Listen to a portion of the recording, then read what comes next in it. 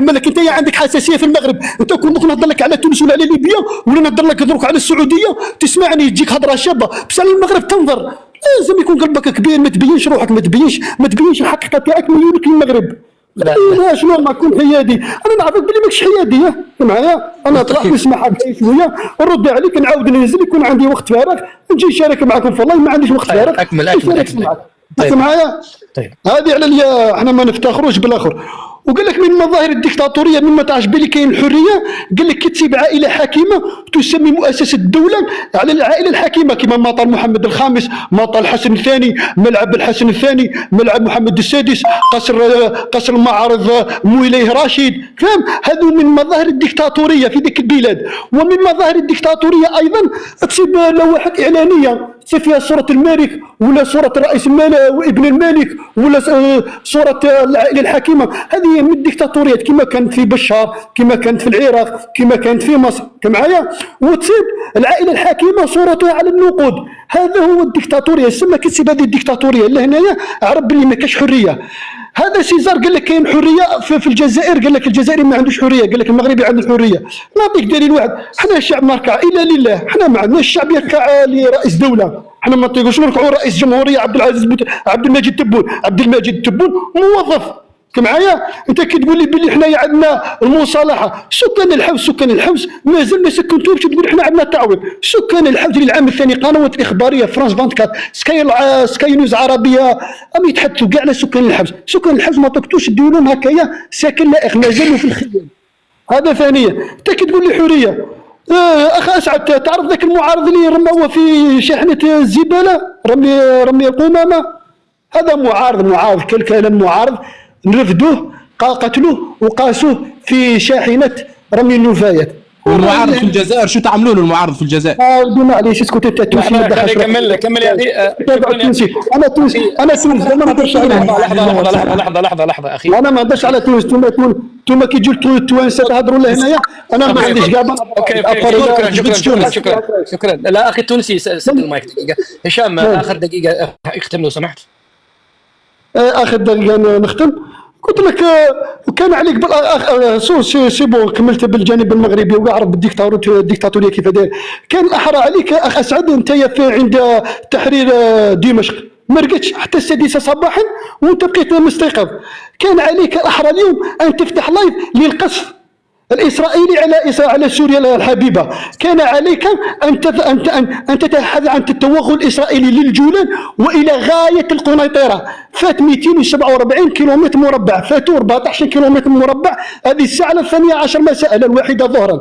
الجيش الاسرائيلي توغل في سوريا.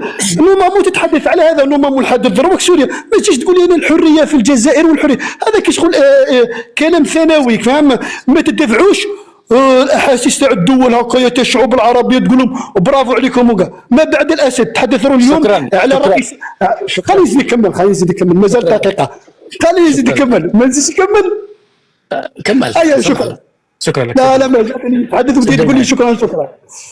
شكرا اخ اسعد. ولا تهرب. لا لاني معاك. شو اسمح لي انا قاعد ساعه وانا نستنى. ضروك الا بتهضر انت نسمعك ومن بعد نهبط. بصح الا بنسمع كاع القست ويهبط كاع الاخر على حسب الوقت اللي عندي، فاهم؟ تمام. سد المايك. التوغل الاسرائيلي شوفوا بداوا يشمتون، رغم ان التوغل الاسرائيلي الان ينفي اسطوانه ان هناك تنسيق. يا اخي خلاص سد المايك يا اخي. خلاص سد المايك. احنا سمعناك، لا عاد تفتحش المايك. شوف الان مبسوطين انه سيحصل قصف اسرائيلي على الجوله، لانه ايش يقولوا؟ شفتوا كيف سقط بشار. الان معناته انت الان تدين انه بشار كان عميلا لاسرائيل. بمجرد ان زال بدات اسرائيل تتحرك، ونحن نعلم ان اسرائيل ستتحرك وتحاول احراج سوريا الجديده ووضع مشاكل لسوريا الجديده. والقصف بسيط، ولا تعمل لي دخلوا في القنيطره وفي الجولان. القواعد العسكريه والمخابرات بسيطه. انا قلت لا تفتح الميكروفون، خليك هادئ لو سمحت، خليك هادئ. أنا بالنسبة للعلوية أتمنى من سيزار ولا شيخ البدو يبينوا لنا ما الفرق بين الأسرة العلوية في سوريا والأسرة العلوية في المغرب، رغم أني تلك مملكة وتلك جمهورية، وأولئك هاشميون يعودون إلى نسب النبي، وحافظ الأسد وأسرته لا يعودون إلى ذلك النسب. ولو كانت العائلة العلوية في المغرب مستبدة لكنت أنتم أول حلفائها، ولطبلتم لها أصلا كما طبلتم لبشار. لا خلي المغاربة يجاوبوا. أنا يتكتحدث لحظة يا أخي لو سمحت. أنت تريد تهرب، شوف أنا عارف طريقتك في الهروب، والله أنني أعلم يقينا كيف تهربها. والله ما نهربها، والله العلي أنت تتحدث فقط، والله ما نهربها. أنا إذا فتحت المايك هو هروب. شوف إذا فتحت المايك الآن هو هروب، لأنك تعرف طريقتي في إدارة اللايفات أنني لا أقبل الفتح الميكروفون أبدا. استمعنا إليك، شوف أنا مسجل 9 نقاط عليك، لن أرد على إلا 2، والبقية هم المغاربة بيردوا على أنفسهم. اشهدوا يا جماعة، إن فتح الميكروفون فهو هارب مثل بشار الأسد، يعتبر مخلوع من اللايف مثل بشار. هذا الأمور تفاصيل هذه المغاربة يعني سيحلونها. يعني هذا العائلة العلوية في المغرب يوما ما تقريبا لا يوجد رئيس من رؤسائك إلا وقال الله يطول في عمر سيدنا. ما في ولا رئيس من رؤسائك من أول واحد إلا تبون يمكن وهو صغير جاء وقال الله يطول في عمر سيدنا. رؤسائك حكامك يعني هذا المملكة الذي أنت تقول عنها هي من صنعت لك من يحكمك أصلا.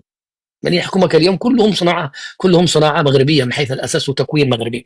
هذه الأمور سيقولون لك، والزفدافي أنا لا أتدخل في هذا لأنه لا أعلم. الذي أعلمه أنه عفي عليه ملكيا ورفض الخروج، خلاص هذا شأنه.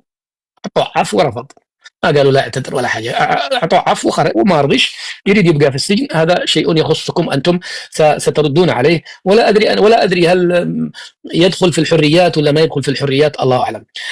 المغاربة يفتخرون بملكهم لأنه قد قال لك سيزار.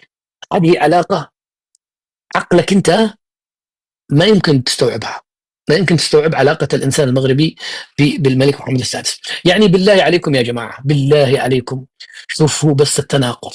يجي يقول لك إيش من مظاهر الدكتاتورية أنكم تسموا الأشياء باسم الملوك، رغم أنه موجود في كل بلاد الدنيا.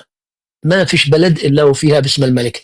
عندي أنا هذا كينج إدوارد، كينج تشارلز، سينت تشارلز، باسم الرموز الدينية والرموز الذين في بريطانيا مهد الديمقراطية، ولو أنه مهد الديمقراطية الجزائر. في أمريكا جورج واشنطن. في كل مكان يسمون ملاعب ويسمون شوارع ويسمون منشآت باسم رؤساء سابقين أو رؤساء حاليين. يعني حرام الله في المغرب. أليس أشرف أو أجدر بك أن تستغرب أن تسموا أنتم ملعب عندكم باسم نيلسون مانديلا ومعكم 1.5 مليون شهيد؟ ما فكرتوا تأخذوا واحد من هؤلاء الشهداء 1.5 مليون وتسموا الملعب باسمه؟ معك 1.5 مليون شهيد، ولا لقيت شهيد من بين 1.5 مليون تسمي الملعب باسمه، رحت سميتها باسم واحد أجنبي بعيد تسميه نيلسون مانديلا. ونيلسون مانديلا من دي قراه ودرب المغرب، حتى هو عدو إنتاج مغربي. يعني أيهما أكثر جرما يا إخوان؟ أيهما أكثر بشاعة وأيهما أكثر غرابة؟ إن المغربي يسمي مطاره باسم المطار محمد السادس، أو ملعبه باسم المطار، أو الذي يروح يسمي باسم واحد من جنوب أفريقيا ومعاه 1.5 مليون شهيد. تخيلوا ما عندهم شهداء علشان يسموه واحد باسم مانديلا. حتى الصور في النقود كل الدول يا اخي. شفت الدولار؟ جورج واشنطن اللي في الدولار، ما ادري من هذاك اللي في الدولار. عندنا الملكه اليزابيث، اوريك ما عندي فلوس انا.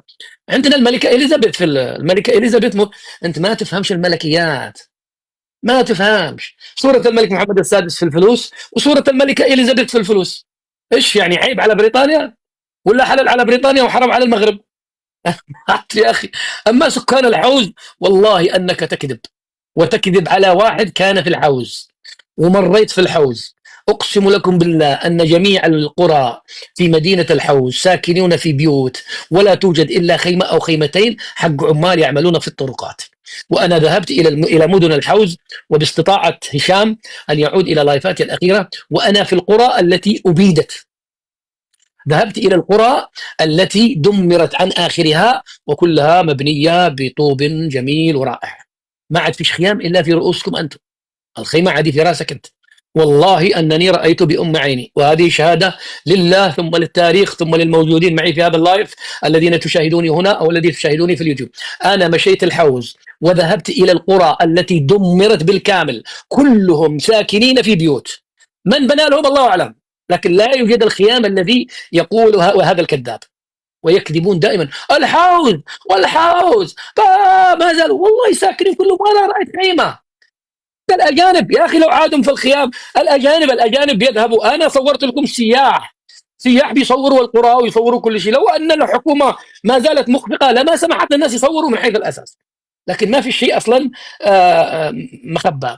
الذي رمى نفسه في الحاوية أو ضربته الحاوية يرد عليك مغربي.